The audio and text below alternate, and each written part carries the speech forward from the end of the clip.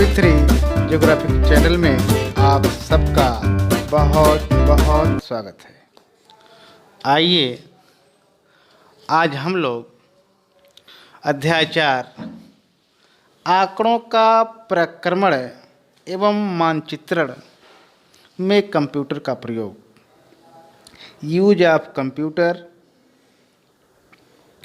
In data processing and mapping के महत्वपूर्ण प्रश्नों का अध्ययन करते हैं। आइए देखते हैं। ये हमारे सामने उत्तर प्रदेश NCERT पाठ्य पुस्तक के प्रश्नोत्तर हैं और इसमें पहला प्रश्न है, दिए गए विकल्पों में से सही उत्तर का चयन कीजिए। पहला प्रश्न है, निम्नलिखित आंकड़ों के प्रदर्शन के लिए आप किस प्रकार के ग्राफ का उपयोग करेंगे। पहला है राज्य में है मध्य प्रदेश, गोवा, कर्नाटक, बिहार, ओडिशा, आंध्र प्रदेश, महाराष्ट्र। दूसरे में है लौह अयस्क उत्पादन का अंश प्रतिशत में। ठीक, चलते हैं और इस प्रकार और इसमें 4 ऑप्शन दिए गए हैं। चारों में से जो सही उत्तर है वो है वृत्त आरेख। ठीक, का उत्तर सही है वृत्त आरेख। ठीक,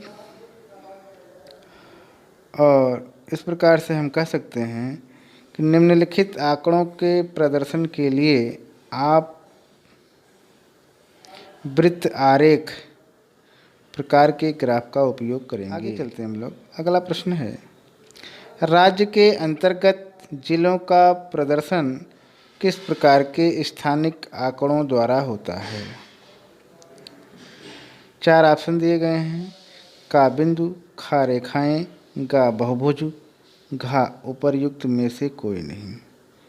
चारों ऑप्शन में से जो का बिंदु है, का है बिंदु, यही ऑप्शन सही है।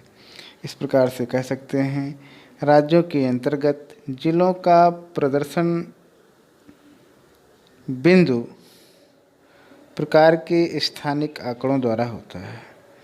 आइए आगे चलते हैं। अगला प्रश्न है, एक वर्कशीट के सेल में दिए गए सूत्र में वह कौन सा प्रचालक है जिसका पहले परिकलन किया जाता है। 4 ऑप्शन है, चारों में से जो सही उत्तर है वो है का प्लस।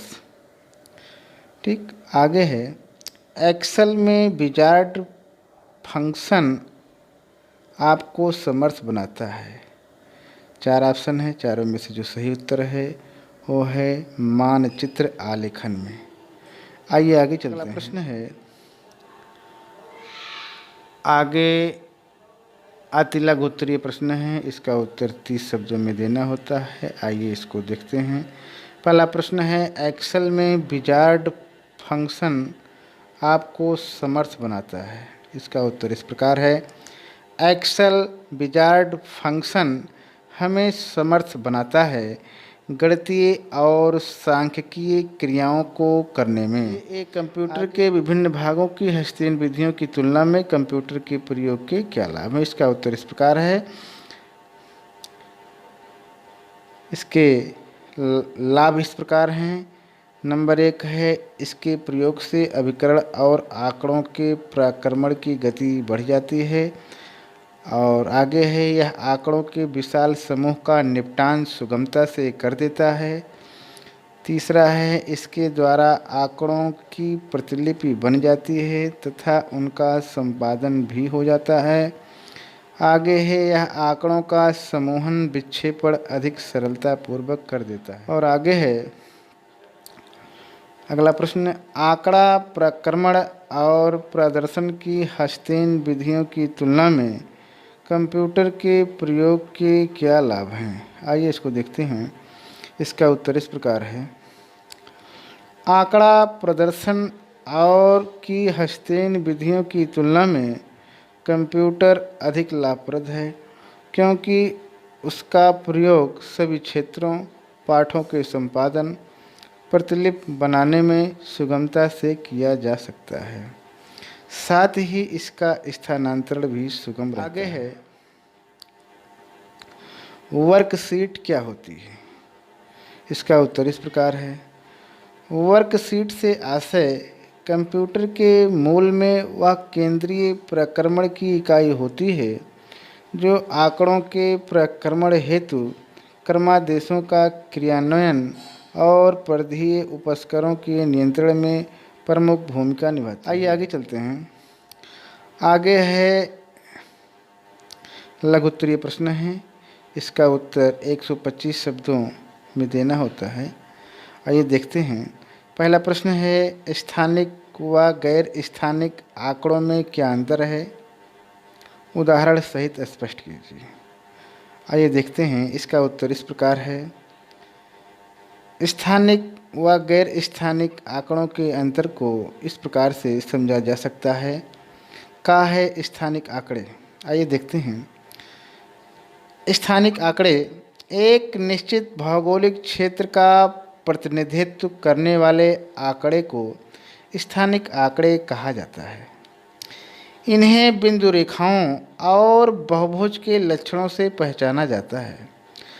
बिंदु आंकड़ों से मानचित्रों पर विद्यालय, अस्पताल, कुएं, नलकूप, गांव और कस्बों का दिग्दर्शन किया जाता है। ये बिंदु मानचित्रों में अवस्थिति तथा वस्तुओं को दर्शाने का काम करते हैं, जबकि रेखाएं सड़कों, रेलवे लाइनों, नहरों, नदियों, शक्ति केंद्रों तथा संचार पथों का रैखिक चित्रण करती हैं। आगे है बहुभुज के द्वारा प्रशासनिक इकाइयों, भूमि उपयोग, तालाबों, झीलों को चित्रित करने में किया जाता है। ठीक। आगे है खा गैर स्थानिक आंकड़े। स्थानिक आंकड़ों के गुण न्यास की व्याख्या करने वाले आंकड़े गैर स्थानिक आंकड़े कहलाते हैं। दूसरे शब्दों में, जो आंकड़े स्थानिक आंकड़ों का वर्णन करने की भूमिका निभाते हैं, गैर स्थानिक आंकड़े कहलाते हैं। विद्यालय की स्थिति दिखाने वाले मानचित्र की उपलब्धता की स्थिति में विद्यालय का नाम, कक्षाओं की स्थिति, पुस्तकालय, उपकरण और क्रीड़ा स्थल संबंधी सूचनाएं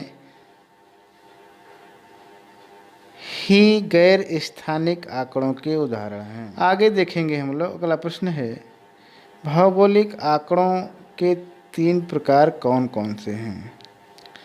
इसका उत्तर इस प्रकार है। भौगोलिक आंकड़ों के 3 प्रकार।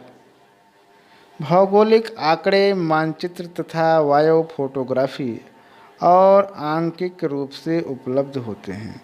इनके 3 प्रकार इस प्रकार हैं। पहला है का स्थानिक आंकड़े। जो आंकड़े भौगोलिक दिक्मान का प्रतिनिधित्व करते हैं स्थानिक आंकड़े कहलाते हैं। बिंदु रेखाएं और बहुभुज इनकी मुख्य विशेषताएं होती हैं। खा है गैर स्थानिक आंकड़े। स्थानिक आंकड़ों का वर्णन करने वाले आंकड़े गैर स्थानिक आंकड़े कहलाते हैं। इनका प्रयोग भौगोलिक अवस्थिति दिखाने में किया जाता है। आगे है गा है बहुभुज आंकड़े। किसी विशेष भौगोलिक क्षेत्र को परिकलित करने वाले आंकड़े बहुभुज आंकड़े कहलाते हैं। आगे हम लोग देखेंगे अन्य महत्वपूर्ण प्रश्न।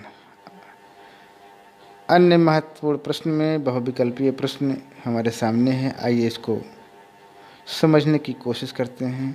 पहला प्रश्न है कंप्यूटर के विषय में निम्न में से कौन सा कथन सही है? 4 ऑप्शन हैं। चारों ऑप्शन में से जो सही उत्तर है वो है गा। कंप्यूटर एक तीव्र और सर्वतोमुखी मशीन है। इस प्रकार से हम कह सकते हैं कि कंप्यूटर के विषय में निम्न में से कंप्यूटर एक तीव्र और सर्वतोमुखी मशीन है, यह कथन सही है। आगे हम लोग देखेंगे निम्नलिखित आंकड़ों का प्रदर्शन निम्न में से किस आरेख द्वारा करेंगे। पहला है, इसमें राज्य उत्तर प्रदेश, महाराष्ट्र, बिहार, तमिलनाडु। आगे है उत्पादन के आंकड़े हैं। ठीक, इस प्रकार से इसमें जो 4 ऑप्शन दिए गए हैं, तो इन चारों ऑप्शन में से उसका सही उत्तर है वो है दूसरे का खा। इस प्रकार हम कह सकते हैं